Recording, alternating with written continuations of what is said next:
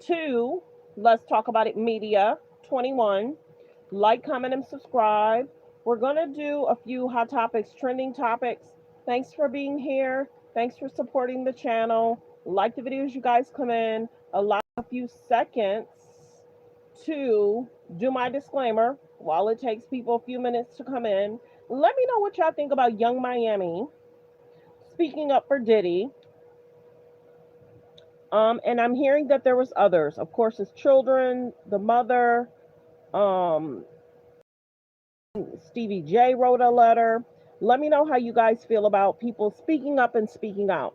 So we're gonna go ahead, get through the disclaimer, and go from there. And then we're gonna briefly talk about Jimmy Kimmel and the president and what's going on there. So just allow me a few seconds. Let me see. Why is it not pulling up? Just give me a few seconds. If I do it a second time, it should. Like the video as you guys come in. Thanks for being here. So let me go ahead and get through my disclaimer. It's here, but it's not there. Good morning. Good morning. Good morning. Good morning. Good morning. Okay. All comments are alleged. Copyright disclaimer under Section 107 of the Copyright Act of 1976. Allowance is made for fair use for purposes such as criticism, comments, news reporting, teaching, scholarships, and research. Fair use is use permitted by copyright statute that might otherwise be infringing. All comments are alleged in our opinion and for purposes only. Thanks for being here. Good morning, Paris. I hope all is well. Thanks for being here. Tried to go live a little earlier, but I was trying to decide what to talk about. We are going to talk Jimmy. We are going to talk Young Miami and Diddy. And I'm wondering if people are surprised that she spoke up. She did not take the stand. We know that there was other women that dated him that took the stand, and maybe that's the reason why she didn't take the stand. Because remember, there were people that said they didn't want them to take the stand because the statements that they were going to make wasn't going to help the case. So there's that. We're going to get into some videos in regards to people talking about Mr. Combs, and we're going to go from there. Let's see.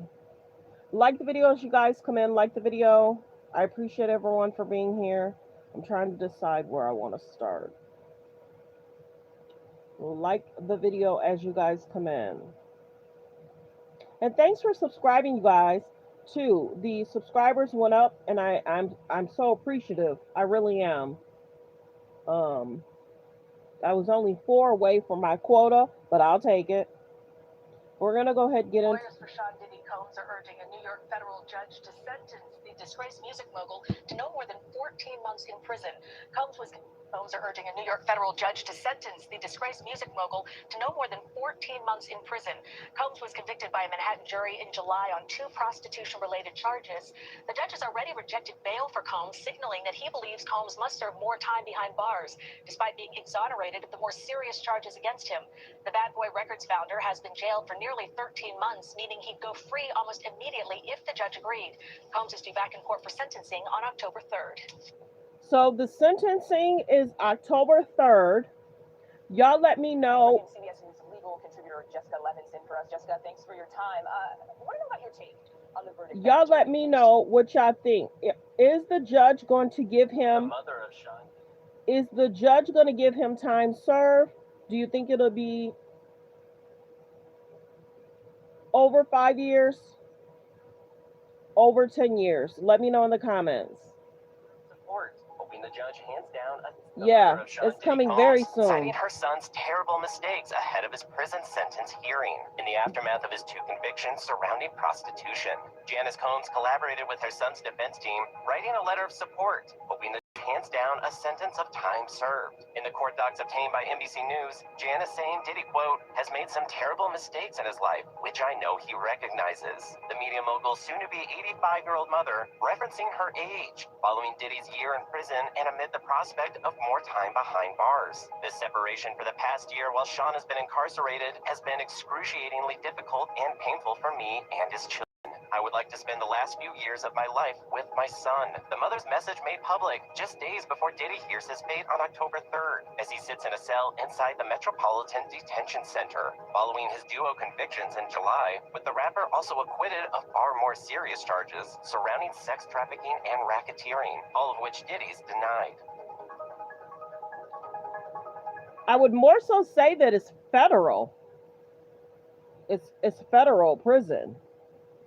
Because they say the conditions are not that great, which I'm surprised, when they had the slight raid or whatever they had, I'm surprised it wasn't cleaned up a little bit better than it was. Because remember, if some people don't remember, federal, yeah. Remember how they were saying that people were being served? Hold on. Remember how they said that they were being served unhealthy stuff? I can't say the word because it grossed me out. But yeah, they were saying that they were being fed unhealthy stuff. Mags. I'll say that and then y'all can figure it out. But yeah, let's get into this video clip. In regards to what the Breakfast Club had to say. In the packet, they're basically pointing out again that they believe for the two counts of the Mann Act, which are the prostitution charges that he was convicted of, that they should only hold 6 to 12 months in prison on each count. They said this accurately reflects the seriousness of the offense laid out according to his federal conviction. And they mentioned that, with all that being said, he's already done 13 months in the Brooklyn Metropolitan Detention Center. And they point out how horrible the conditions are that he's been living in. They also mentioned that Diddy is now sober, and he's become sober, and this is the first time in 25 years that has happened, and that through the program that he's been, on to be sober, he's actually inspired other inmates. He also says that he has an incident-free record while behind bars. He also says that he realizes how destructive his arrest and conviction have been on his reputation, which have horribly and terribly impacted his business and damaged his family. He also mentions that he has 7 children and an elderly mom who are, all relying on him still to this day for care and support. And because of all this, he's asking the judge for a 14-month sentence with supervised release, with mandated drug treatment, therapy, and group therapy. That's like another year and some change? Yes. The prosecution wants, 5 years, right? Yes, they want a lot more than what Diddy's asking for. And basically, from the prosecution side, what they've always been saying. Like the video. Let's continue. Fair use reaction clip. Is that he hasn't faced enough consequences to really feel the impact of what he did. And they feel like he should, because he's basically used to being let off easy because of who he is and, how he's been able to navigate things. But in this packet, there are some character letters that were submitted. One of them came from Young Miami. It's signed Carisha Brown Lee. So in this letter, she says, "Dear Your Honor, my name is Carisha Brown Lee. I'm a mother, daughter, sister, hip-hop artist." So were you surprised that Carisha wrote a letter? Let me know in the comments. Were you surprised? Yes or no? Let me know in the comments. Has spent many years in the public eye. I want to be clear that I cannot speak on or defend anything that may have happened before I met Sean Combs. I do not condone any wrongdoing. I can only speak from my personal experience from the man that I've come to know over the past 4 years. So she talks about in those years how they were in a public relationship. And she says she came to know a completely different person. She says that Diddy motivated her. He believed in her. He helped her grow both professionally and personally. And she says that she's writing this letter because she believes it's important to the court to know the side of Diddy that isn't always seen or spoken about. She says that he pours into others. He gave opportunities. He leads by example, and he is deeply loved. She also says that he helped shape her.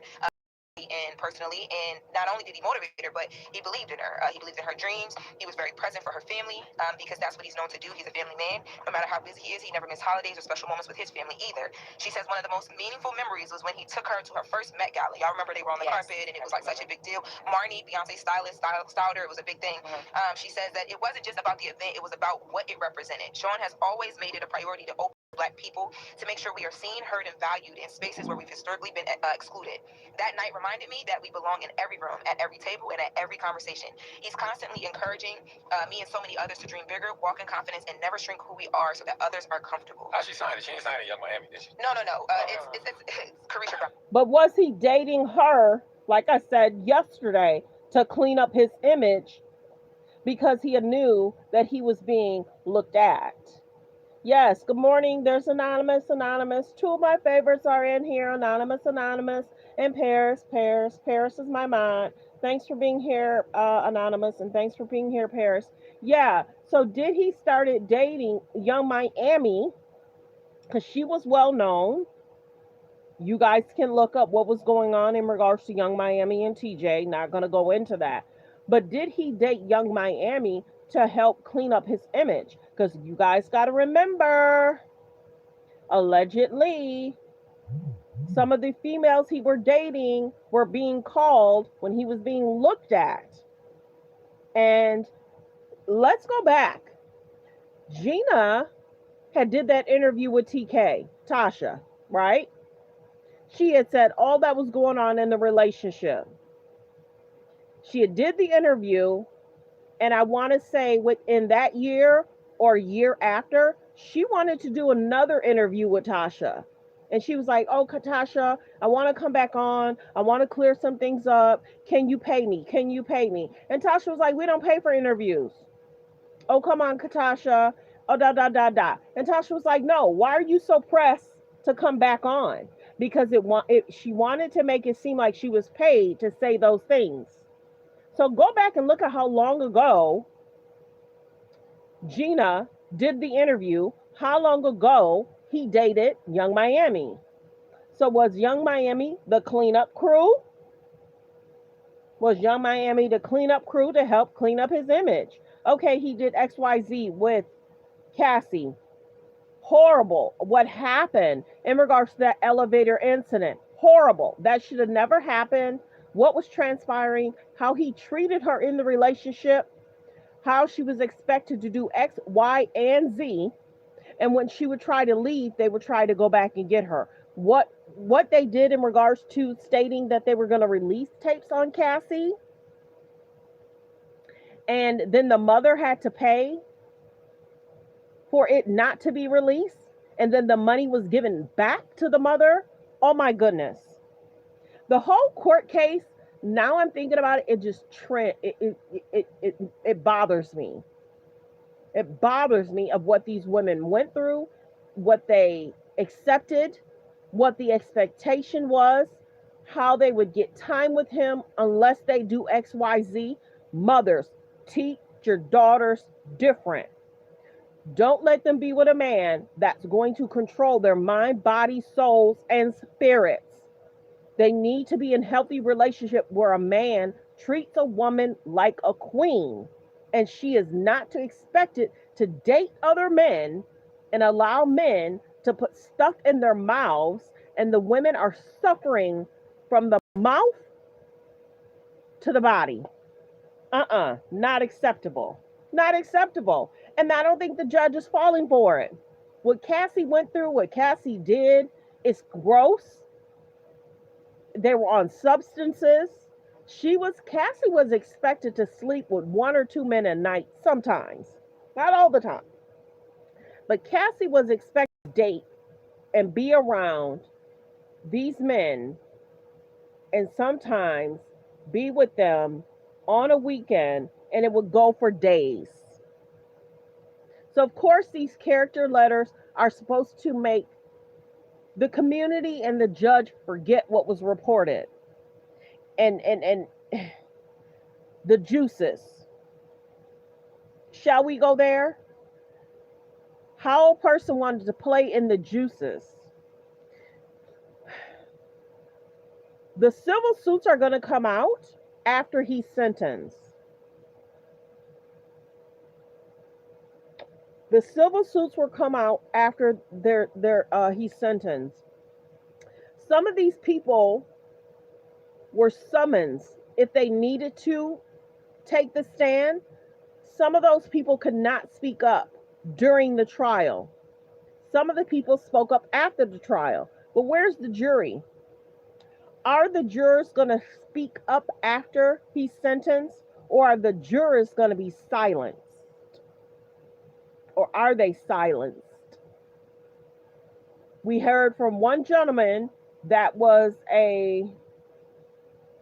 what's the word I'm looking for? An alternate but we haven't heard from the jurors that made the decision. And they made a decision, and people are going to have to be okay with that. Some of them struggled in regards to reading the instructions and following the instructions. And the judge was like, let's take our time. Do you think that that decision that was made would have been the same decision if it wasn't around the holiday? Because remember, the judge had made a statement, we're going to try and finish up before the holiday. Maybe that shouldn't have even been stated.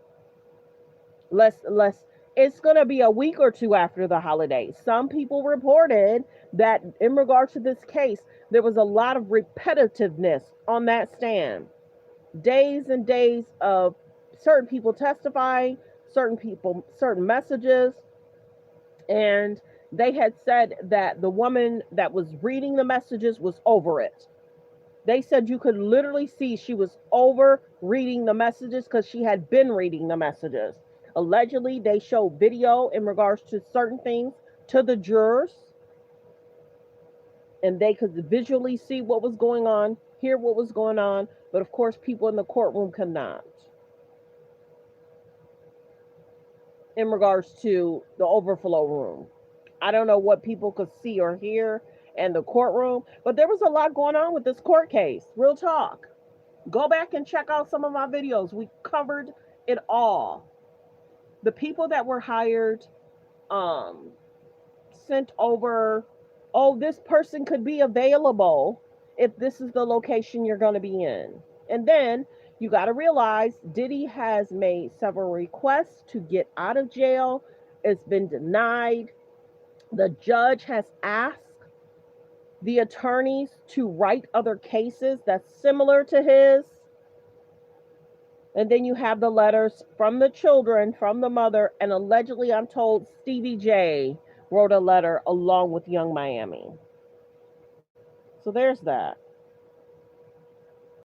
Y'all let me know how y'all feel about this whole case.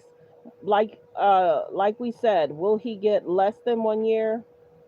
Time, press 1. Time served, press 2. Over 5, press 3. Y'all let me know how y'all feel about this whole Diddy situation. Yeah. Well wishes on that. And when he does come out, are his friends going to try and start being there when he does come out? We'll see. Okay, so let me see. Just give me a second. Like the videos, you guys come in. Let me know how y'all feel about the whole case. Hot mess. He made decisions. He has to live with it. The women made a decision. They decided to date him, stay with him. There's some women that he dated, didn't take the stand, didn't really say much.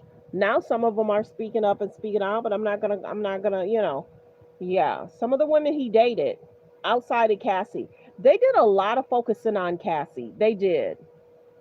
And it should have been, and there was other women that were on the stand, the Jane Does, ... we're going to still keep those names anonymous. Some people did not, though, but we're going to continue. Of course, Erica Kirk is very emotional in regards to what happened with Charlie Kirk. My prayers go out to Erica. Let me see if I can hear what he said. As it all, doesn't it, the memorial service for Charlie Kirk. Charlie Kirk's widow, Erica, standing by Donald Trump. Erica, please come out. Erica, please come out. Thank you.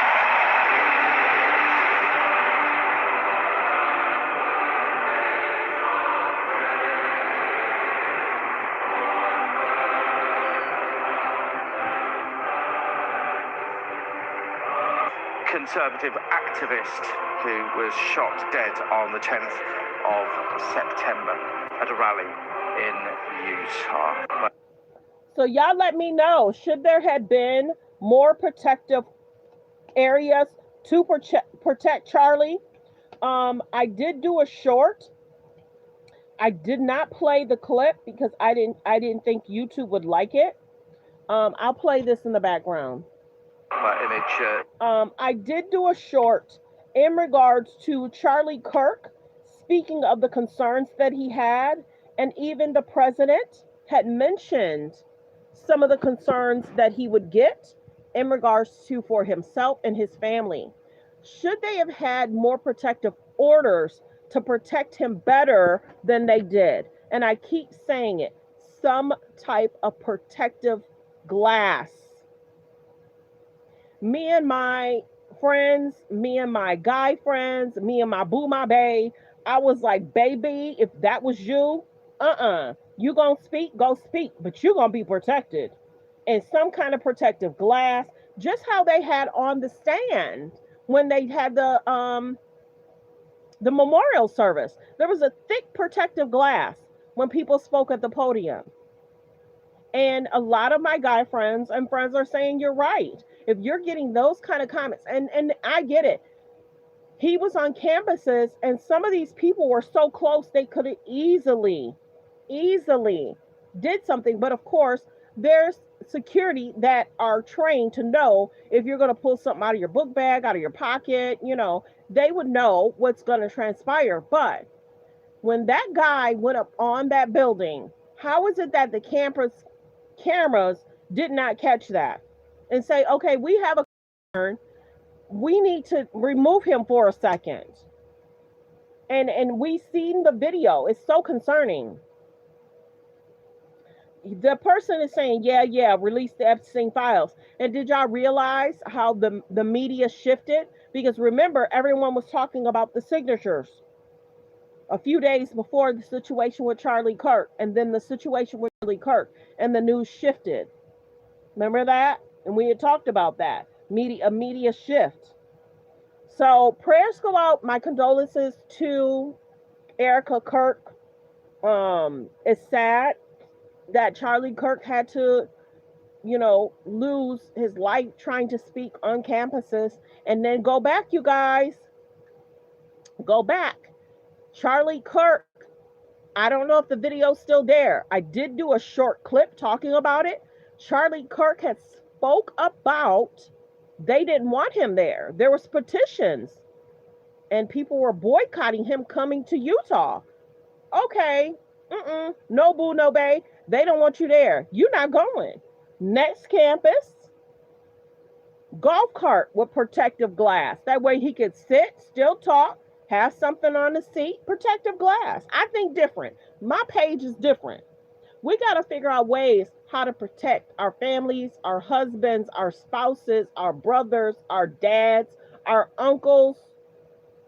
Now, this is the other thing I'll tell you guys.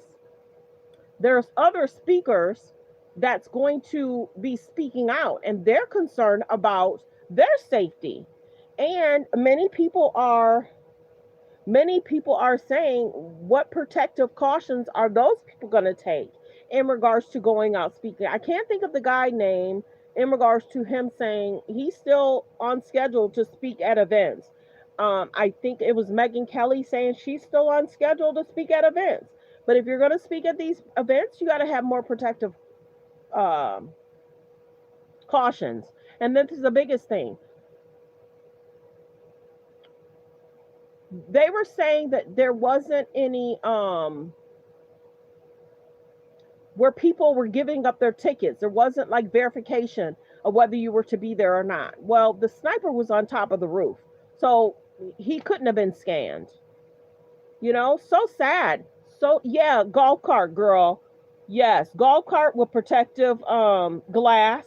Yes. Yep, golf cart. Yep. That way he can get in, get out. If there's an issue, he can ride out. Ride out. I know a lot of people, and I almost wanted to call them and say, you need to come up with something. And these people would buy it. Protective glass, a golf cart. Yes. The Pope thing, the Pope mobile. Yes. We got to figure out ways to protect our men, our spouses, because once that thing takes you out, it's going to take you out. It's a sad situation, you guys. How could he have been protected? And he talked about in the video in the short I posted last night, he talked about concerns that was made to him, his family, friends, and he also allegedly spoke to the president about concerns. He has said he talked to the president about his concerns. And we did play that video in regards to how the president said sometimes it's not the ones that's speaking up because they can be traced. It's the ones that's not saying anything where there was a concern. Yeah, many people don't really care for Erica. It's sad. She lost the husband. Children lost their father. These speakers have to have some kind of protective cautions. Yeah, security helps, but if it's a sniper, you know, yeah, they should have made.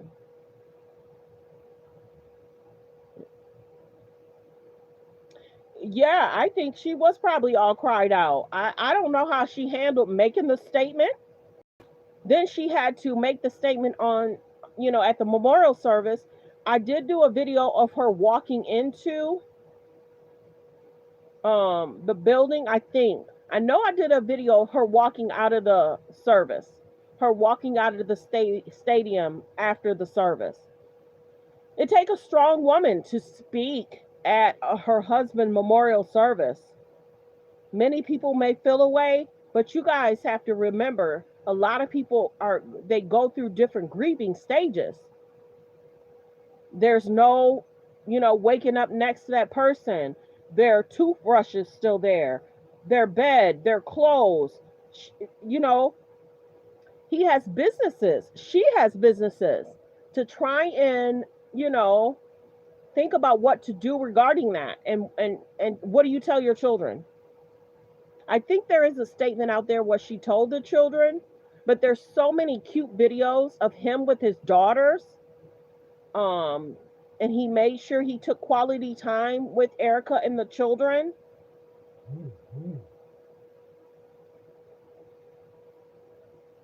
Yeah, you don't know. It's shock.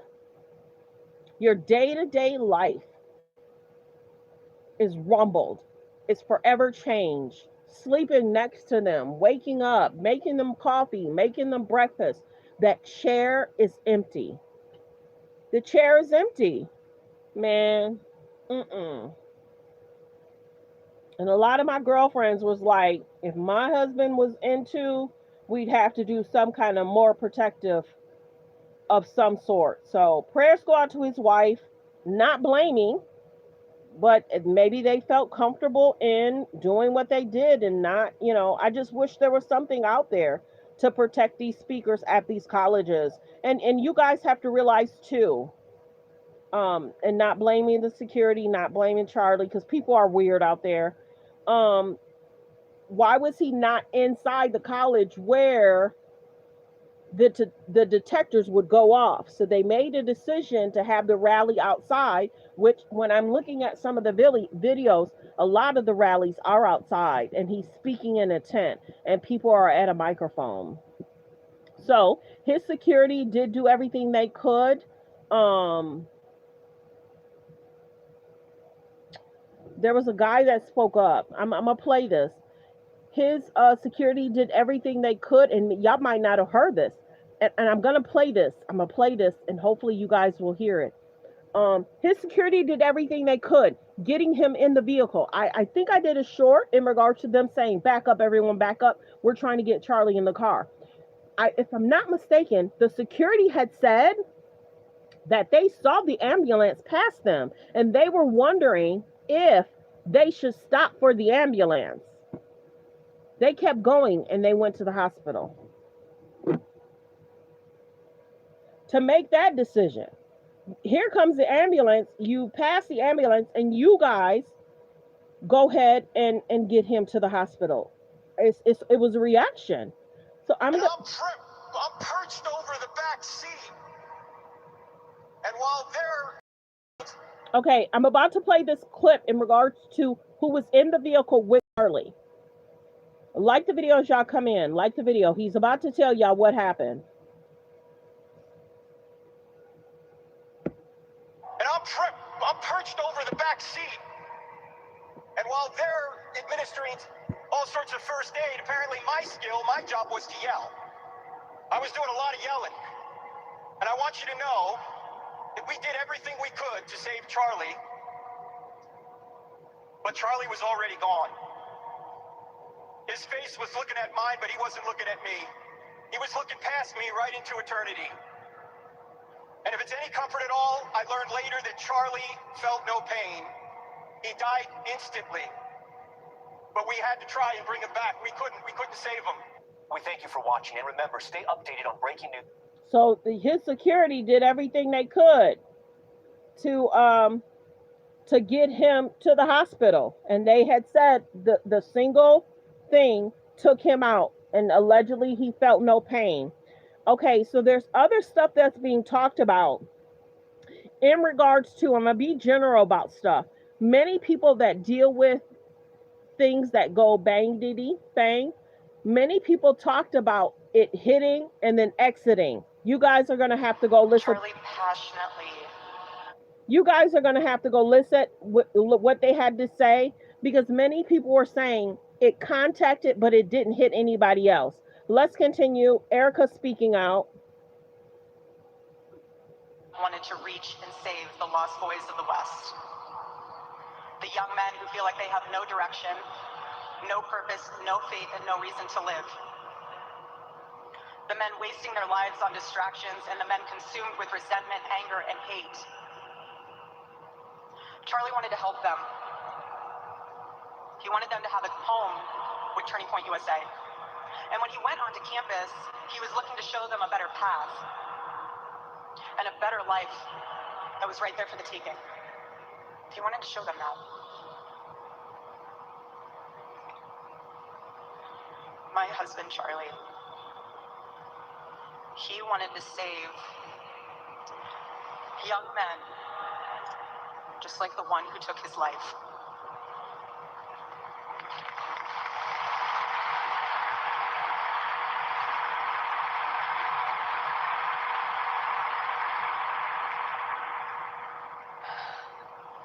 That young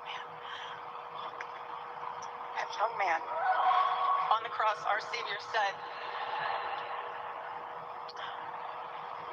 Father, forgive them, for they not know what they do.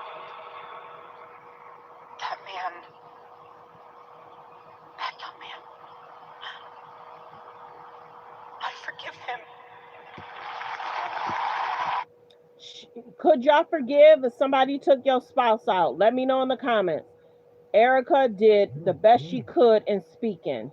She did the best she could. Losing a spouse, a boo, a bae, a boyfriend, a husband, a baby daddy. Could you guys have forgiven the person?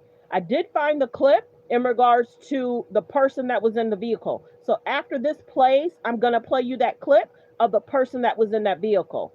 Let's continue fair use reaction clip. Thanks for being here, everyone. There's about 276 in the building. Please hit the subscribe button. A girl is working hard. Like the video, subscribe. Let's continue fair use.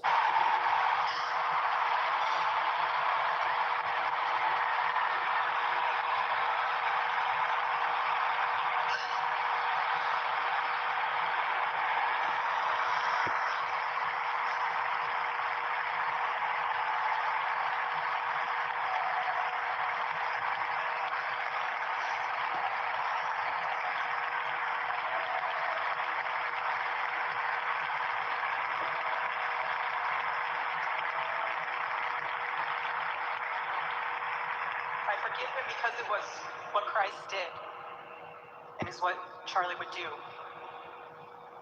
The answer to hate is not hate. The answer we know from the gospel is love, and always love. Love for our enemies and love for those who persecute us. Thank you for watching. Subscribe below and download our... Okay, so we're about to listen to the clip of the gentleman that was in the vehicle. I found him speaking. So just give me a second to cue it up. Like the video as y'all come in. There's about 260 in the building. For a while, I couldn't find the clip, and I just found it. Please welcome to the stage, Frank Turek. So it was Frank.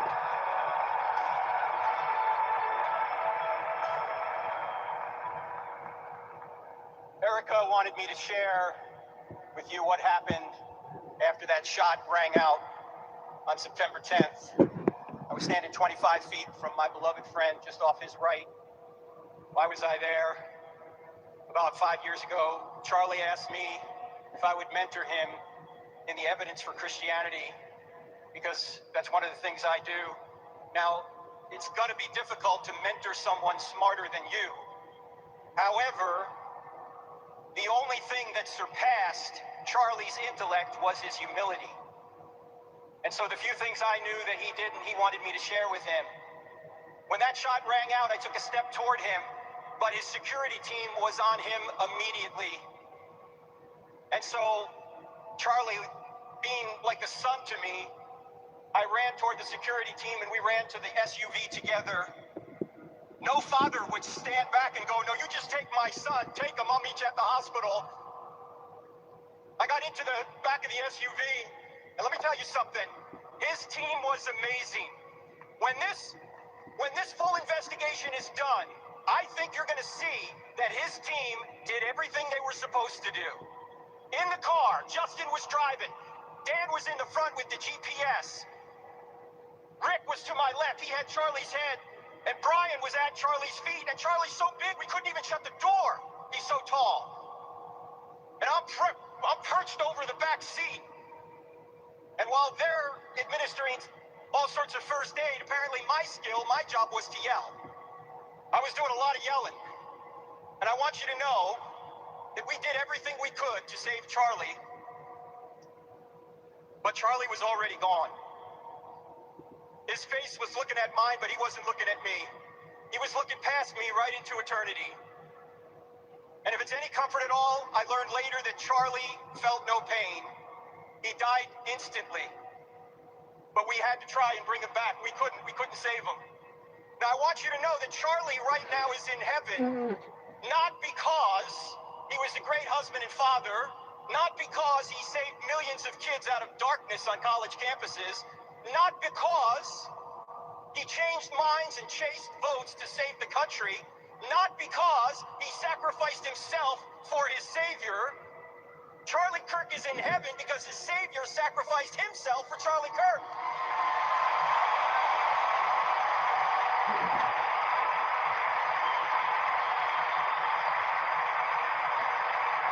Now look, there's only two things you can get in the afterlife. You can get justice or you can get grace.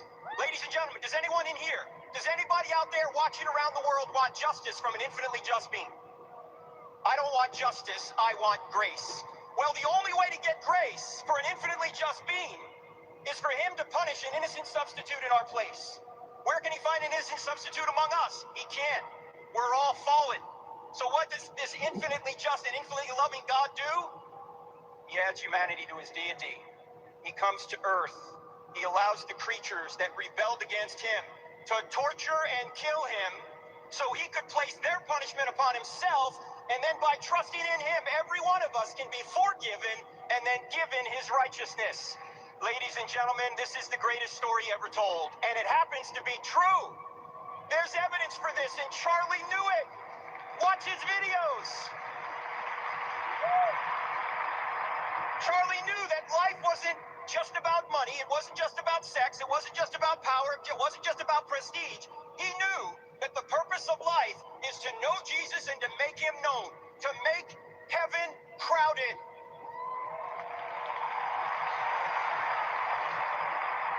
Charlie's eyes were fixed on eternity.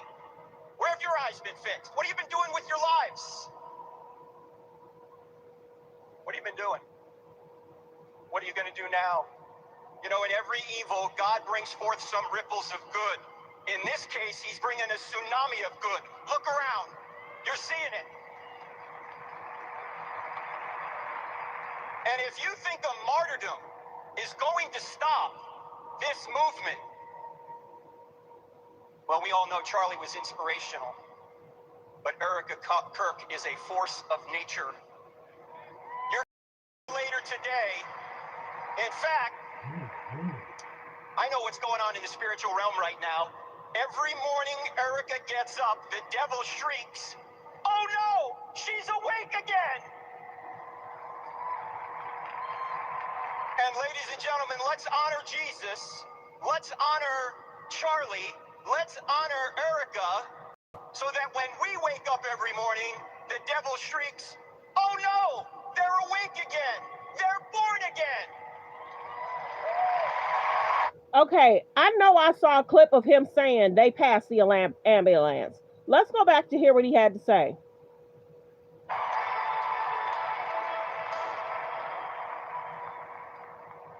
Erica wanted me to share. I think it was an interview. I'll have to figure out who he had an interview with.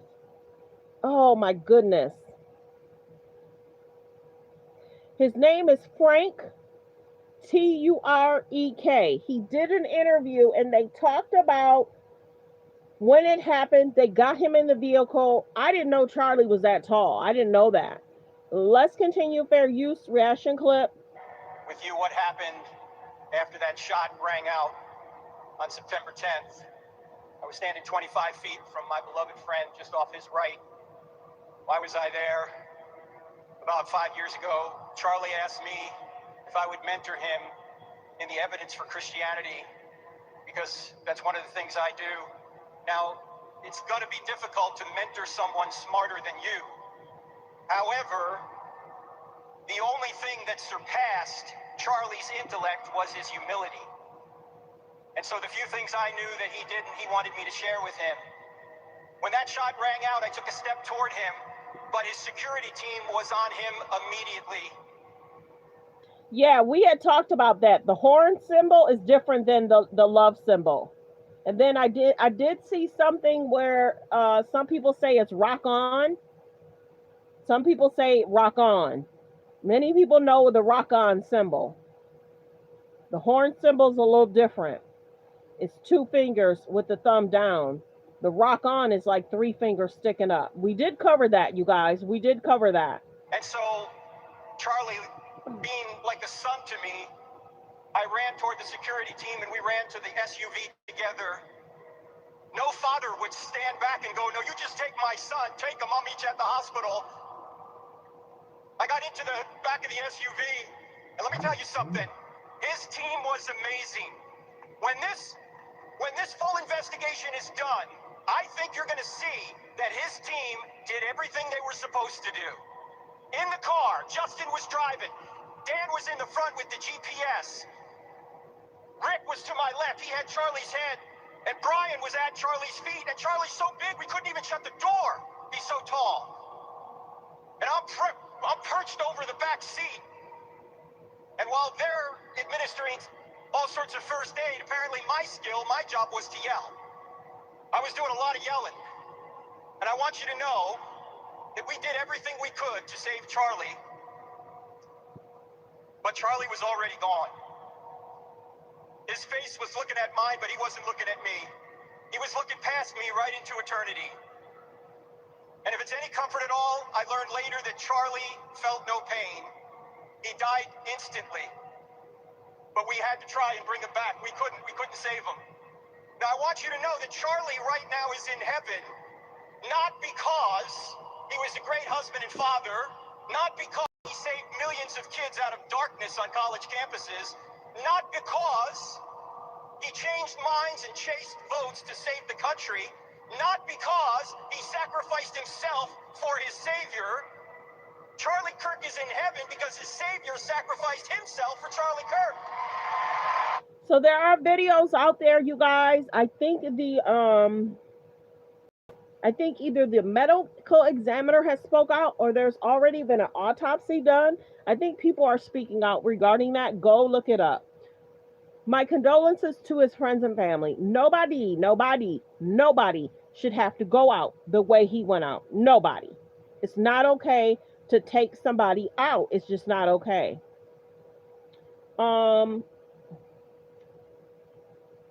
Tucker Carlson spoke out. Here is how I got rid of my sore feet and my sore. Like the video as you guys come in. Tucker Carlson spoke out. Oh, that made me emotional. Made me emotional to see that. Susie Wiles had tears in her eyes. You don't often see in politics, but it's real. This is the most unbelievable thing I think I've ever seen. And I don't. Whatever happens next in America, I hope it's in this direction because God is here and you can feel it. And Charlie would have loved this, not just because he loved large groups of people, but because ultimately he was a Christian evangelist. And it actually reminds me of my favorite story ever. So it's about 2,000 years ago in Jerusalem, and Jesus shows up and he starts talking about the people in power, and he starts doing the worst thing that you can do, which is telling the truth about people, and they hate it, and they just go bonkers. They hate it, and they become obsessed with making him stop. This guy's got to stop talking. We've got to shut this guy up. And I can just sort of picture the scene in a lamplit room with a bunch of guys sitting around eating hummus, thinking about, what do we do about this guy telling the truth about us? We must make him stop talking. And there's always one guy with the great idea, and I can just hear him say, I've got an idea, why don't we just kill him? That'll shut him up. That'll fix the problem. It doesn't work that way. It doesn't work that way. Everything is inverted, and the Beatitudes tell it, I think, the most crisply. Everything is sort of the opposite of what you... And then they did call out Tucker Carlson for what he said in regards to the passing. Take out, I'm general. I have to be general. Take the person out to get them to be quiet. So some people did not like that. So, you know, you got to think about what he said. I think that most people probably wrote their speeches and they probably had to get them approved. This was such a large venue. I'm still not hearing if his family spoke out. Let me know. Did his family speak out? Charlie's mother, father, did he have siblings? You know, did the family speak up at the event? Or was this more so for a turning point to say their final goodbyes? Let's continue. Fair use reaction clip. I think it's going to be. Blessed are those who mourn, for they will be comforted. That is true, and you can feel it here. The thing about Charlie's message, I've thought a lot about it, and I'm trying not to be emotional because in addition to everything else, he was a wonderful man and a decent man and one of those rare people you meet who you just groove with in conversation and have these very intense conversations that you don't stop thinking about, which is my experience with him. But the main thing about Charlie and his message, he was bringing the gospel to the country. He was doing the thing that the people in charge hate most, which is calling for them to repent. So how is Charlie's message different? And Charlie was a political person who was deeply interested in coalition building and in getting the right people in office because he knew that vast improvements are possible politically. But he also knew that politics is not the final answer. It can't answer the deepest questions, actually. That the only real solution is Jesus. And the reason, it's really simple. Politics, at its core, is a process of critiquing other people and getting them to change. Christianity, the gospel message, the message of Jesus, begins with repentance. Christianity calls upon you to change. Our corporate... Okay, we're going to move on for hot topics, trending topics. Go look up the video in regards to the people that were in the car with Charlie. It was alleged that they were headed to the hospital. One of the guys stated they passed the ambulance. That was a statement in his interview, not my statement. So let's continue. Many people are talking about Jimmy Kimmel and Donald Trump. And of course, Jimmy Kimmel did speak up and he spoke out. I'm trying to think if I want to play the clip. I don't want to have a problem. And I guess some text messages went out last night. I'm gonna pause that. I guess some messages went out. I guess Trump was not happy that Jimmy is back live and his show will continue. We don't know for how long, but yeah, he was live yesterday. Let's go here. Like the video, fair use, reaction clip. News Nation media contributor. Good to see you both. Geraldo, let's start with you. We'll get to Roseanne in a second, but you know, we're going to see Kimmel in a couple of hours now when he returns tonight. What do you think is going to happen? Do you think he's going to apologize? I certainly hope so. That's what I have been advocating, Brian. Nice to be with you, Steve. I think that what he did was ill-timed, but it was factually incorrect. It was inflaming a very tender situation in the country. He did something that I'm sure he regrets. I hope he regrets. And I hope that he says he is sorry. Because to hurt so many people. It was clear by the funeral memorial Sunday night that Charlie Kirk was a very important person to many millions of Americans. It was clear that his message not only resonated, but they were deeply affected by his life and certainly by his murder. And it's time, I guess, to move on from that. But he did it. He should say he is sorry. If he apologizes, he can start clean. Whether or not the stations decide to put him on the air or not, that's a business decision that they will make. But at least he can clean his own mess up. He can start with a blank slate, a new life. Because what he did was terrible. Censorship sucks. I hate censorship, and yet so does inciting hatred suck. Right. Steve, I mean, obviously people who don't like Kimmel are not going to like him. That's not going to change. But is there some way that he could apologize that you think everyone would just move on from this? I don't think everyone's going to move on. I think that, if anything, what last week showed us was, without getting too in the weeds, I think it was a window into the soul of the person who hosts a late night show on ABC. And because, just think about this, I don't expect an apology. I think maybe he's going to say he's sorry if he offended some people, the normal mealy mouth stuff. But I think he's going to get stuck in the weeds on, I wasn't actually saying that it really was a MAGA person who killed Charlie. That's not what's important. What's important is Jimmy Kimmel and his staff decided over the weekend that after Charlie Kirk got assassinated, that he's going to, what's our good material for a monologue to be funny about this incident? Let's do 5-10 minutes on this thing. Let's attack Trump as he gave an apology or he was sad like a 4-year-old who lost a fish or something. I mean, this is the kind of gross material that he did that night. I think that's the window that we saw that night. And I think what's so interesting, I love Roseanne, and I have to say, I think the contrast there is so great. Roseanne had a show in 2018. Be kind in the comments.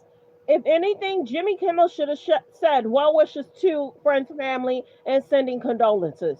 Him adding a joke with the monologue in regards to him talking about Trump. Remember how Trump had came out and they had asked Trump about Charlie Kirk, and he had said something, and then he started talking about the building being built, and everybody was like, why is he not more focusing on that? Hey, I spoke with Erica. Hey, I spoke with the friends and family. So many people were saying his attention span was like, yeah. And maybe the president was in shock too. Maybe he was in shock too. And maybe he just didn't want to get too emotional. But many people did not like how Jimmy Kimmel handled it when he should have just sent condolences. And she was an LGBT icon back for her old show, which was a very nuanced portrayal of this great family dynamic and open. And then she put on the Trump hat. The new Roseanne in 2018 was a Trump supporter, and I have to tell you, that's what did it. That's what was her time. It was a ticking time bomb. They were going to get rid of her no matter what, because you can't have that. That's not true. That's not true, Steve. Come on.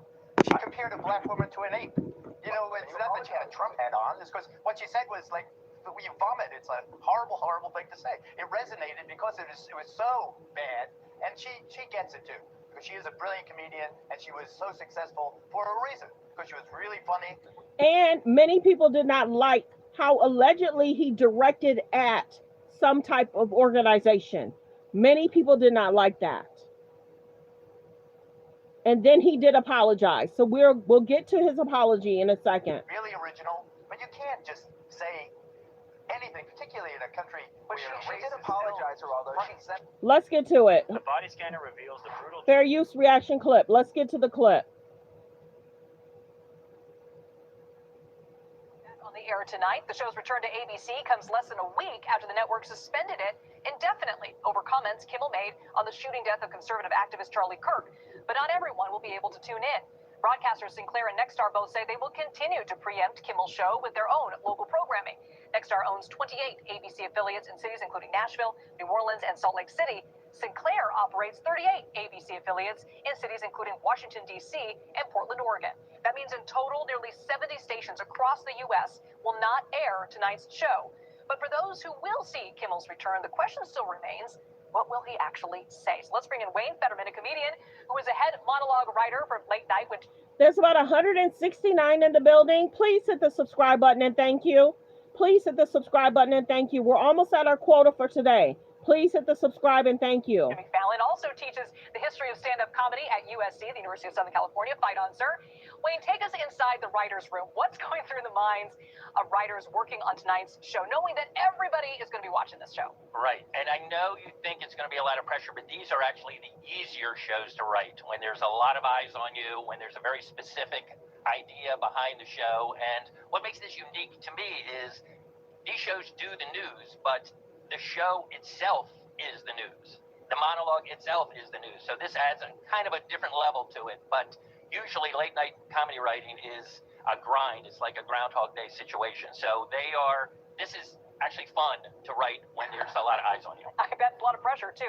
So if you were in that writer's room, what would be your strategy? Would you say we need to take on this controversy head on, or do you think move on? It's like a little of both of the head and the move, the two on options. I would, obviously, you have to talk about the elephant in the room. You're going to have to address that on some level, and Jimmy is going to decide what level of defiance or contrition he has, and that's up to him, and then his staff will just follow suit. And then, I mean, I see that he has like Glenn Powell and Sarah McLachlan on the show, so they're going back to the usual job of the late night host, which is to make people who are promoting their projects look funny and witty and beautiful. So Disney said it decided to bring back the show after, quote, thoughtful conversations with Jimmy Kimmel and his lawyer. So do we know how those conversations will shape tonight's message? Would you think they'd even go there? Well, you're asking me to speculate, and if you know anything about my stock portfolio, I'm terrible at speculation. But I would say just basically, it's very hard to have a casual conversation when there's a lawyer present. That's the first thing. So they're having these conversations.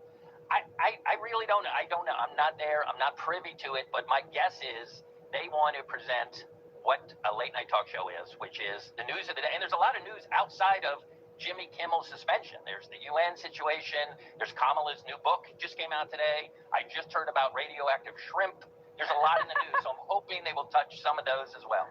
Well, in your career, have you ever been faced with something like this, a task of addressing a huge controversy?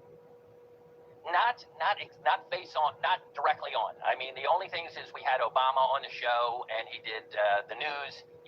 So we did that. But are you having concerns with anyone, Paris? Go ahead and block for 30 minutes, or just report. You should not have to deal with any concerns. I don't put up with it. Certain stuff I don't see, so go ahead and block it. I'm okay with it. Block it or time them out. Yeah, go ahead and report. Be kind in the comments, you guys. It's too early. Happy morning. Let's be kind. We don't do unkind comments or thoughts over here. Be kind in the comments. Real talk. It's too early for that. It's afternoon, but it's early for me. Like the video. Thank you. Not like this. I can't imagine a situation where the show itself is the news story. Again, it's kind of unique in the history of late night, where the show is the story. So I think Jimmy has always been so unflappable in these big time situations. I mean, he's hosted the Oscars numerous times, and he's... First off, I think this is the one. First off, Paris just got back. I'm not going to have Paris deal with any drama. I think this is who I need to block for 30 minutes or 45. I think that's where it is. Be kind. We don't go back and forth. We're just focused on the topic. I think that's where people get confused. You start doing other stuff and you're not focused on what's going on. There's an issue here in regards to freedom of speech. He should have never said what he said. Condolences was good enough. Adding stuff on top of that, that was a problem. Them removing him is an issue. They could have just simply blurred it out and cut it out. Why didn't his team blur it out or cut it out? Let's continue. Fair use reaction clip. Always cool. He's a cool character. Yeah. Paris, did I take care of it, or let me know who it is? Cool guy. So he's. I think it's going to be fun, and then at the end of the day, it's just going to be hopefully back to the grind of like promoting these projects. I guess Glenn Powell is going to be on the show, so that should tell you something right there. So you're also a stand-up comedian. I'm curious, after all of this, are you rethinking your set? No, because you don't know my act at all. That hurts a little bit. Thank you, Elizabeth. I don't do topical material. I only do autobiographical stuff about and things like that. So it's, no, it would not make me rethink it at all. But I do as someone who teaches the history of stand-up, I mean, there was a time. There's about 242 in the building. Please hit the subscribe button. We're almost at our quota for today. Continue to hit the like button. There's about 242. Please hit the subscribe and thank you. Believe it or not, and I know this is shocking, for the comedians were arrested for what they said on stage. I'm talking about, and even Mae West in the 20s spent a week in jail for the content she was putting out for a show called Sex. So luckily we're not in that situation now where people are being carted away. Let's continue. Fair use. Let's continue. I'm kind of jumping around because I want to get to more and what people are saying about Jimmy. So let's get to the next video. Fair use reaction clip. Controversy over Kimmel's comments about the assassination of Charlie Kirk. In an emotional opening monologue, Kimmel addressed the remarks that led to his suspension while fiercely defending free speech, criticizing the Trump administration over what he called anti-American attacks on the First Amendment, and thanking those who supported him. Maybe most of all, I want to thank the people who don't support my show and what I believe, but support my right to share those beliefs anyway.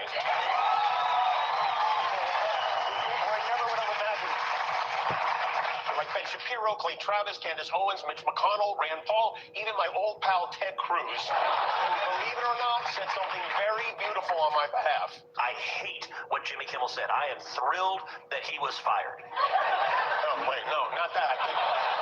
The other part. But let me tell you, if the government gets in the business of saying, we don't like what you, the media, have said, we're going to ban you from the airwaves if you don't say what we like. That will end up bad for conservatives. I don't think I've ever said this before, but Ted Cruz is right. He's absolutely right. All of them. Like the video. There's about 276 in the building. I have to continue to stop it, play it. I have to continue to stop it and play it. There's about 276. Please hit subscribe and thank you. Let's continue. I mean, think about it. If Ted Cruz can't speak freely, then he can't cast spells on the Smurfs. Even though I don't agree with many of those people on most subjects, some of the things they say even make me want to throw up. It takes courage for them to speak out against this administration, and they did, and they deserve credit for it. And telling their followers that our government cannot be allowed to control what we do and do not say on television, and that we have to stand up to it. I've been hearing a lot about what I need to say and do tonight, and the truth is, I don't think what I have Like the video, fair use reaction clip. to say is going to make much of a difference. If you like me, you like me. If you don't, you don't. I have no illusions about changing anyone's mind. But I do want to make something clear because it's important to me as a human, and that is, you understand that it was never my intention to make light of the murder of a young man. I don't think there's anything funny about it. I posted a message on Instagram of the day he was killed, sending love to his family and asking for compassion, and I meant it. I still do. Nor was it my intention to blame any specific group for the actions of what it was obviously a deeply disturbed individual.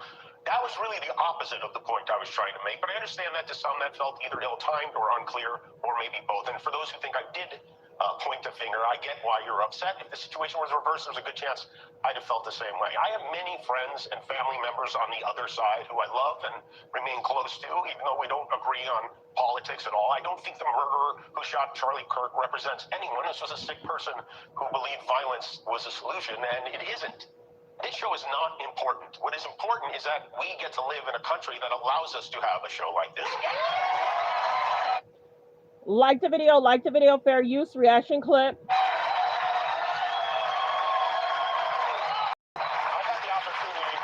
Spend time with comedians and talk show hosts from countries like Russia, countries in the Middle East, who tell me they would get thrown in prison for making fun of those in power, and worse than being thrown in prison. They know how lucky we are here. Our freedom to speak is what they admire most about this country. And that's something I'm embarrassed to say I took for granted until I pulled my friend Steven off the air and tried to coerce the affiliates who run our show in the cities that you live in to take the show off the air. That's not legal. That's not American. That is un-American. The President of the United States made it very clear he wants us. So, were some of these late night people targeted? Should the FCC had made the statements they made? Should the president made the statements he made? Should his team had cut the statement out? Who's to blame here? Are you happy Jimmy's back? Let me know. Me and the hundreds of people who work here fired from our jobs. Our leader celebrates Americans losing their livelihoods because he can't take a joke. He was able to squeeze Colbert out of CBS. Then he turned his sights on me, and now he's openly rooting for NBC to fire Jimmy Fallon and Seth Meyers and the hundreds of Americans who work for their shows who don't make millions of dollars. And I hope that if that happens, or if there's even any hint of that happening, you will be 10 times as loud as you were this week. We have to speak out. There was a... Like the video, like the video. There's about 196 in the building. Can I please get 196 people? Please hit subscribe and thank you. We're almost at our quota. Please hit subscribe. I have to stop it, play it, because I don't want to get in trouble. Over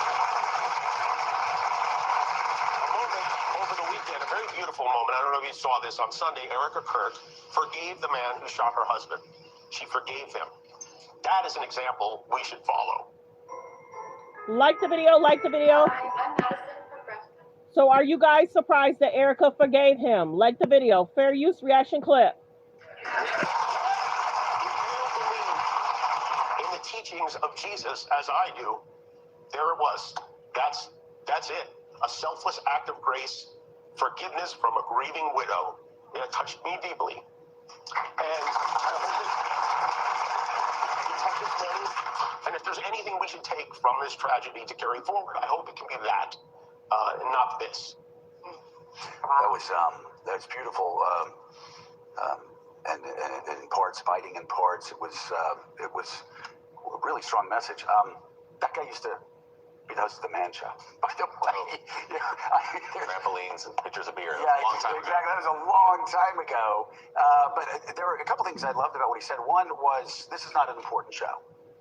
He said, it's not about the show. What's important is that shows like these can be on the air, right? And that's, 10 years, 20 years from now, somebody else will be in that position, just like we had Carson and we had Letterman.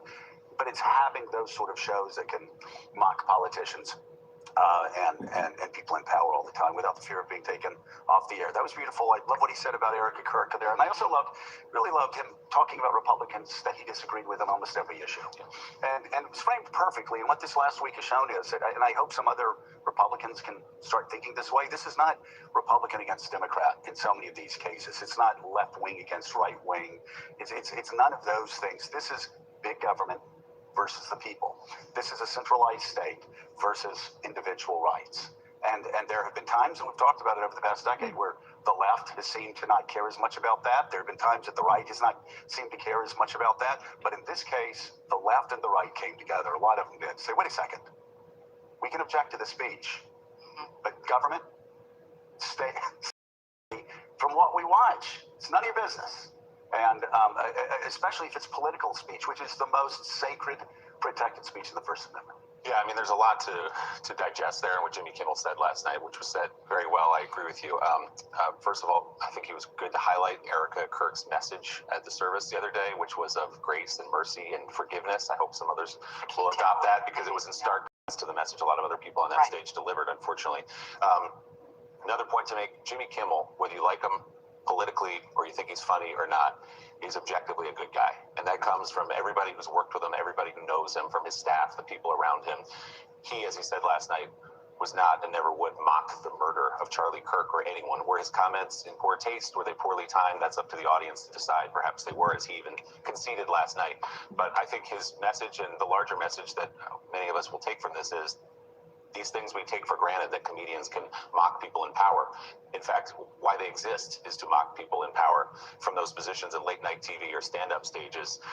We assumed would always be there until it was challenged over these last several months with Stephen Colbert, and has to be fought for. And I think Jimmy was right to commend the support of the people who love him, but also the people like Ted Cruz who don't love him.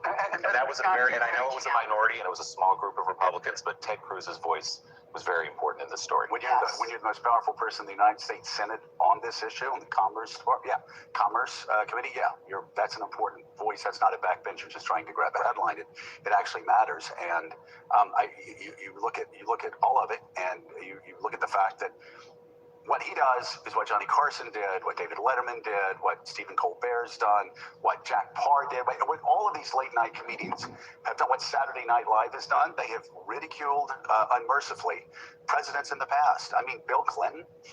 My God. I mean, George W. Bush. Letterman had a gag on George W. Bush every single night. Yeah. It was, but again, the right for people to laugh at that, it seems to me extraordinarily important. Yeah. Like the video. Fair use reaction clip. We're going to get some Trump news in here. So like the video. A regular bottle I have, so. As you guys come in, there's about 182 in the building. If I can get 182 people to hit the subscribe button, and thank you. Let's continue. Fair use reaction clip. Reporter and founder of Status, Oliver Darcy, and senior reporter for The Bulwark, Will Summer. So guys, it has been quite some time since a late night monologue has arrived with such significant political and cultural implications. Chloe, how did Jimmy Kimmel sort of thread the needle or balance all of those different pressures? First of all, Anna, it was an over 20-minute monologue, and he infused his typical humor. He made his jabs at his political opponents, but he also came out and praised those on the right who did support him in their own way. He called out people like Senator Ted Cruz. He called out Joe Rogan, and he said, look, I even have people in my own family who don't agree with my political views, but I never intended to make light of the assassination of Charlie Kirk. And he actually praised Charlie Kirk's wife. Take a listen. It was never my intention to make light of the murder of a young man. I don't think there's anything funny about it, nor was it my intention to blame any specific group for the actions of what it was obviously a deeply disturbed individual. That was really the opposite of the point I was trying to make, but I understand that to some that felt either ill-timed or unclear, or maybe both. And for those who think I did point a finger, I get why you're upset. Erica Kirk forgave the man who shot her husband. She forgave him. That is an example we should follow. So it's Jimmy Kimmel asking for forgiveness from Erica. Like the video. There's about 171 in the building. Please hit subscribe and thank you. Continue to get the likes up. The likes should match the views. Fair use reaction clip. In the teachings of Jesus, as I do, there it was. That's it. He got multiple standing ovations. And look, it depends who you ask, but if you watched this monologue in its totality, he did a great job balancing an apology with his humor, getting his point across. He even brought in Robert De Niro for a bit about FCC Chairman Brendan Carr. But I don't see how he could have done a better job. Oliver, there was some speculation that he was going to have to return with a sort of politically sanitized message, right? That wasn't the case. What's your reaction? No, that wasn't the case at all. And I think that was nice to see. He obviously clarified his remarks, said he never intended to mock Charlie Kirk's assassination, but then he brought the heat to Brendan Carr. He accused him of un-American conduct. He said that the threats against ABC were a violation of the First Amendment, and he mocked him relentlessly. You saw some of those clips, but I mean, there was a sustained mocking of Brendan Carr. And so if anyone thought that he was going to come back and bow before pressure and apologize to MAGA and Brendan Carr and Donald Trump, that certainly was not the case last night. It was interesting, Monica, that shortly before Kimmel returned, the president decided to try to give a rebuttal of some sort. He threatened to sue ABC, and he revealed the network had been in touch with the White House about pulling Kimmel. Do we have any details about those conversations or planned legal action? Well, I thought it was really revealing what he wrote in that social media post, Anna, because there had been so many conversations after the initial decision to pull him last week when Jimmy Kimmel was preempted indefinitely. And the White House and some of its allies and some Republicans had really tried to distance this and saying, no, this wasn't from government pressure. And then when the president wrote this in his post last night, he said that he had been told specifically that the White House had been informed that Jimmy Kimmel had been fired. Now, remember, that wasn't exactly what happened, but the fact that he is so explicitly saying that and saying, in effect, that he does plan to go and perhaps take this additional action and perhaps sue ABC is significant. This is something that the president clearly has spent a lot of time thinking about, talking about with others. This is something that he definitely likes to air his own feelings about. And when I reached out to the White House this morning to see if the president had watched the monologue or if they had any additional reaction to what was said overnight, they simply pointed to that post. So I think it's likely we'll hear more from the president on this. But we do know that, of course, the president does have confidence in Brendan Carr. They are very close allies, and he is continuing to say publicly and privately that he would like the FCC to investigate and to look into issues that the White House claims are connected to political bias. That is something that he has wanted Brendan Carr to do more of. That's something Brendan Carr has said he will continue to do. Remember, he said last week that he wasn't done yet, and he predicted more changes in the media ecosystem in addition to what we just saw over the last couple of days. Monica Alba, thank you. And Will, yet, Chloe mentioned this. Kimmel pointed out that this controversy has united voices on the left and the right. In Kimmel's defense, let's watch.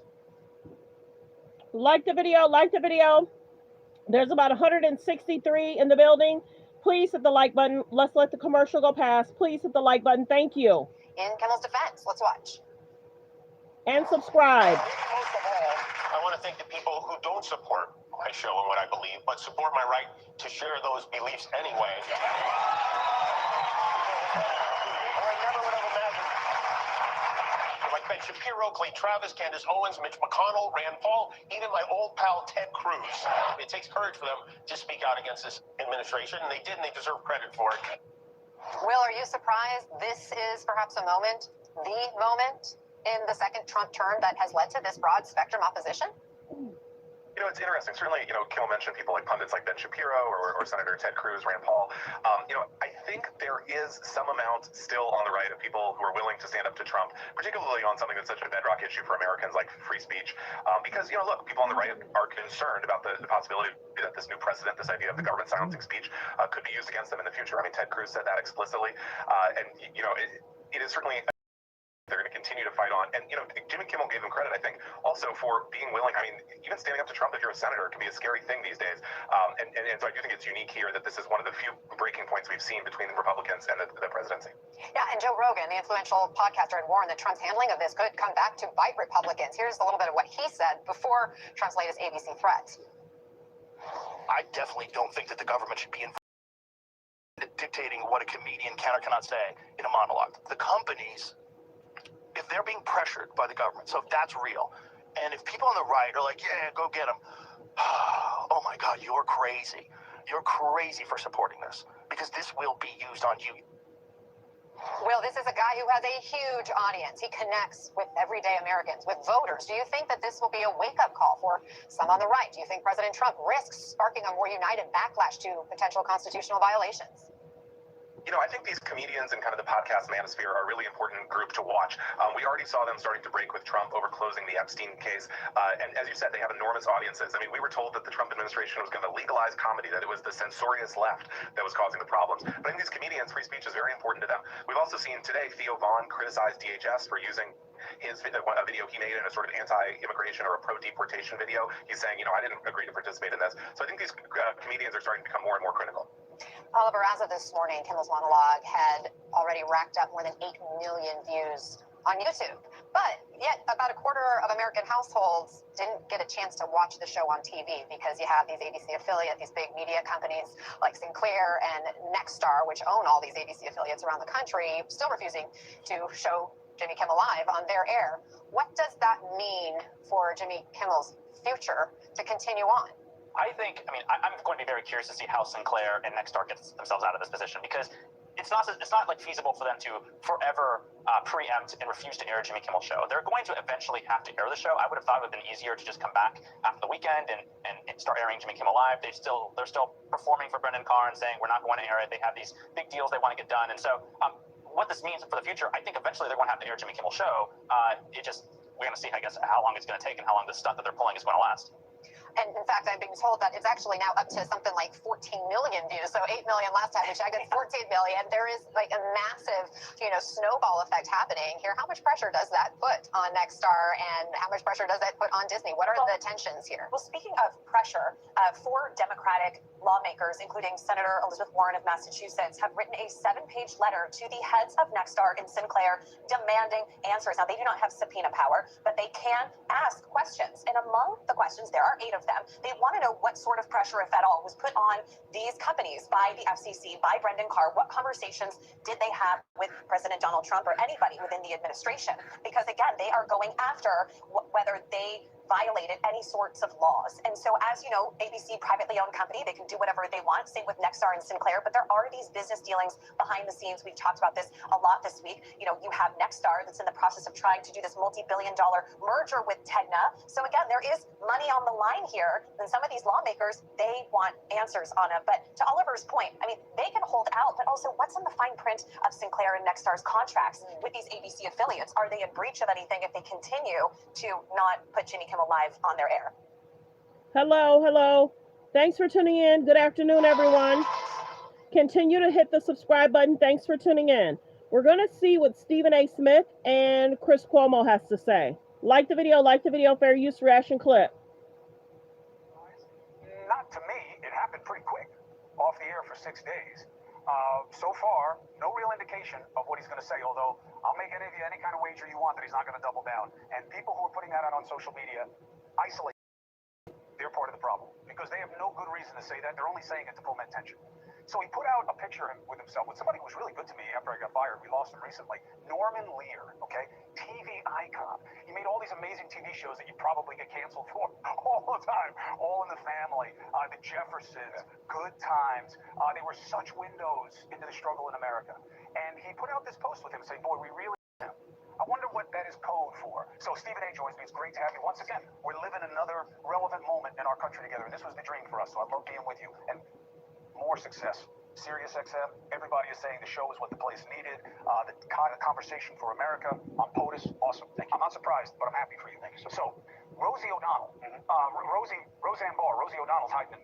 Roseanne Barr is not wrong to say that she was canceled by ABC after she posted his tweet that ABC found racist. Okay, News Nation senior correspondent Brian Enton gets an interview with Roseanne right now about Kimmel's cancellation. Listen to this. What do you think about Jimmy Kimmel being pulled off the air, Roseanne, and what do you make of ABC putting him back on tonight? Well, I guess he got a 6-day suspension, just like when Whoopi Goldberg came out with her disgusting comments on the Holocaust. She got a 2-week suspension. It just shows how they think. I got my whole life ruined, my no forgiveness, and all of my work stolen, and called a racist for time and eternity, for racially misgendering someone, and so it just shows how they think. It's a double standard, so whatever. Jimmy purposely lied, and that's for you get your hand slapped for 6 days for that. Do you think there's anything Jimmy could do tonight? Should he apologize? Is there anything he could do you think that could, make you happy, make people sort of forgive him? Well, I think he'll cheer himself on, and his fans, 2,000 of them, they'll feel heartened, and, like they won another battle against Trump and the people of the United States. So it'll be a big celebration. Oh, he's back, and he'll double down. That's what they do. They'll see it as a victory. What would you say to Jimmy Kimmel if he happens to hear this? Well, he won't ever hear it because they live in a bubble where all alternate views or any truth is kept from him. I'm a troll. And, I love to troll. And so I trolled on Jimmy. I go, gee, Jimmy, if you would have defended me, maybe this wouldn't have happened to you. What's your take? I'm so sick and tired of this noise. I got to admit it to you. You're sitting here right now next to a man that has worked under the Walt Disney umbrella for over 22 years. I have gotten in trouble. I have been suspended. I have had issues with the company from time to time in terms of what they may feel about something, but I would never speak about Disney and ABC the way that you hear her speaking about it, because the standard is the standard, and we're all aware of it. When you think about Jimmy Kimmel, for example, a person that I got a lot of love for, a lot of respect for, I filled in for him one night in August of 2021. I actually hosted Jimmy Kimmel Live, which is one of the greatest experiences of my career, and he's a great dude. He's a great, he's great at what he does, etc., etc. Not to take anything away from him, but what is considered ill-timed or insensitive. These are the things that are made very, very clear to you. Especially if you're a fabric under the Disney umbrella, you know these things. And so when folks go out and you say what you want to say, and you think that you get to operate with impunity, chances are you never thought that at all. You were just willing to roll the dice and take a chance because you were that emotional, you were that upset, you were that compelled to say whatever it is that you wanted to say, that you need to express yourself to sort of exhale and not thinking about the overall collateral impact and damage it may have. Let's take it into account, Jimmy Kimmel. Let's take into account Roseanne Barr, what she just finished saying. Yeah, you're a star. You got your money. What about all those people that work under you? What about when Jimmy Kimmel's case, when Nexstar or Sinclair makes the decision to pull you off the airwaves and the other people, because I've got a bunch of friends in Hollywood, as you well know, and a lot of them were hanging outside Jimmy Kimmel Live when that show came, when it was pulled from the air a few days ago. And you had a whole bunch of people walking out of the show wondering about their futures, wondering about their jobs, because they weren't making the exorbitant amount of dollars that he was making. What about then? And when you look at a guy like Bob Iger, who I happen to know pretty damn well, because I've been there for 22 years. Wigs aren't what you think they are. Like the video, fair use, reaction clip. Please hit the subscribe button. Continue to hit the like button, you guys. We're almost at 100 likes. Please double tap the screen to get the likes up. Thank you. Don't forget to subscribe. There's about 173 in the building. If you already subscribed, thank you. If you already hit like, thank you. This is not about society and its definition of what you're supposed to feel and what defines insensitive or what defines ill-timed or anything. He's the one that makes the decision for Disney. He's not thinking about society as much as he's thinking about Disney, because that's what he has control over. And so his mentality is going to be, we know what the standard is. We know what's going on here. And you have to operate accordingly. And you have some people along the way who have reached a point where they may not feel compelled at that particular moment to subscribe to that level of thinking under that umbrella, but you also have to know there are consequences. I'm not saying it braggadociously or anything like that. I'm the star of ESPN. I'm the face of ESPN. And everybody sit up there and say, I know it does, but I swear I'm not. But people will sit up there and say stuff like that. And I always remind everybody, I have a boss. His name is Dave Roberts. I got another boss. His name is Burke Magnus. I got another boss. His name is Jimmy Pitaro. I got another boss. His name is Bob Iger. Don't think for 1 second that it escapes me that I have an obligation to operate with a certain level of professionalism under that umbrella, because I have people that I answer to and people that I work for. Sometimes people forget that. And a company reminding you that that is indeed the case is not foreign. It happens. It's happened to you, it's happened to me, it's happened to everybody else. And we just need to be reminded of that. That's the choice you make. Now, look, to me, a lot of this speculation, not with us, but that's going on around this, is just opportunistic. If Jimmy wanted to stick to his guns, if Jimmy wanted to double down, he's not coming on today. That's right. You know, he would have said it somewhere else, because Disney wouldn't have given him the platform, and it is theirs to give. That's right. Okay? I am here for one reason. Perry Soap wants me here. Okay, Sean Compton wants me here. Mike Korn wants me here. If they don't, I'm gone. If they don't like the way I talk to Steven tonight, right? We get into it because, man, he is bragging about himself, and I should punch him. But Stephen A. matters to us. And the way you talk to him is too much, man. It's not our brand. You're gone.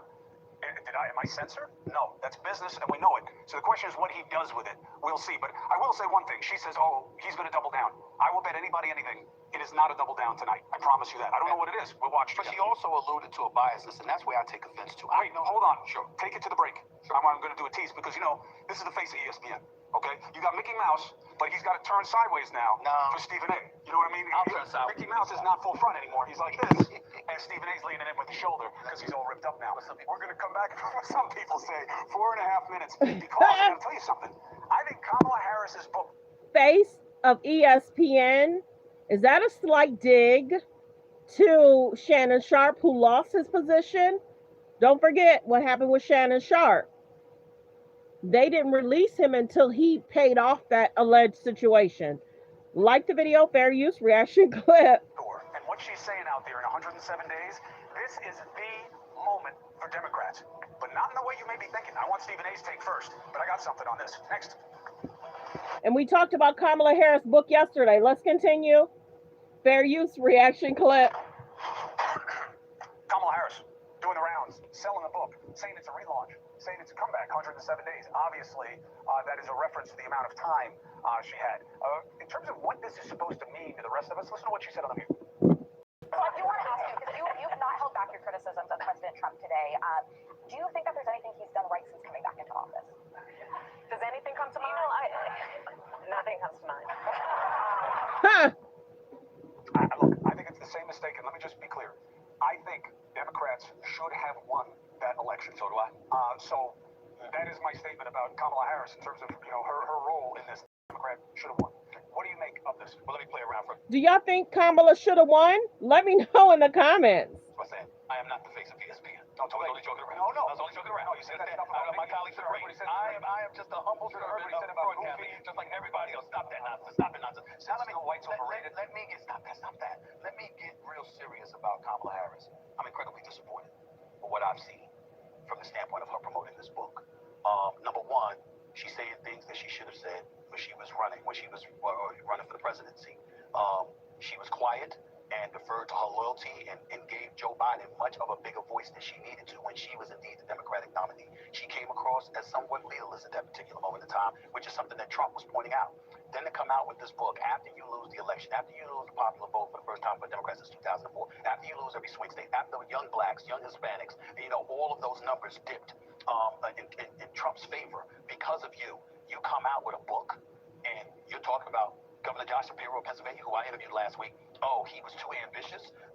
You're looking at Gavin Newsom. You pointed out how he didn't return your calls. You were talking about the tepid response that you got from Michelle and Barack Obama. You talked about Biden and how it shouldn't have been about egos and all of this stuff. Nobody wants to hear this now. This is the problem, and this is why I believe her political career is over. Listen, I'm not as connected to the political apparatus as you are, but I've had some people come up to me since those quotes from her, the excerpts from her book came out, and they said to me last year, you know what a couple people said to me? They said, we ain't taking her calls. How do we know that she's not taping them? How do we know she's not taping our phone calls? What are you doing revealing private conversations? Okay? This is the kind of stuff that ends up haunting you. And so you like she pointed out, she didn't have as much Democratic support as she would have wanted to begin with. It was all manufactured in the end. Once she was the Democratic nominee, it wasn't about you. It was about people who didn't want Trump to be president. It wasn't about you, and people were enamored with you, and they couldn't wait to go to the polls to vote for you, because if that's the case, you would have made it to Iowa in 2020. You would have been able to endure a primary prior to the election. But you bypassed all of that. They clearly did it purposefully because they didn't want her to have to compete for the Democratic. I think she had said she's putting that off in regards to running for governor of California. I think she said she's going to focus on her book and her tour. I think, Paris, when she made the announcement, she's thinking about it, people were like, oh no, we're not going to go there. I think she put it out in the air and people were like, we're not going to vote for her. I think she pulled away from it because she didn't get a great response. I'm wondering if Kamala Harris, if she thinks the book is going to spark something different for her, because you got to remember the allegations in regards to the funding, the people that took the stand, the events that they had. Everybody needs to go back and look at some of her campaign managers, or the campaign financial manager spoke up with the PBD. Baby, that young girl spoke up with PBD podcast, and she spoke about Kamala Harris. So I'm wondering if she will try to run for presidency or governor, because you got to have funding. And if they feel allegedly, because I can't confirm or deny if her funding was misused, but if she tries to run, I don't know if she'll be able to get campaign money to run for governor, campaign president. Real talk. So maybe she had to redirect and do the book. One, for money, and to get her name out there in a different light of what people are speaking. Because remember, the word salad, I don't know who came up with that, but we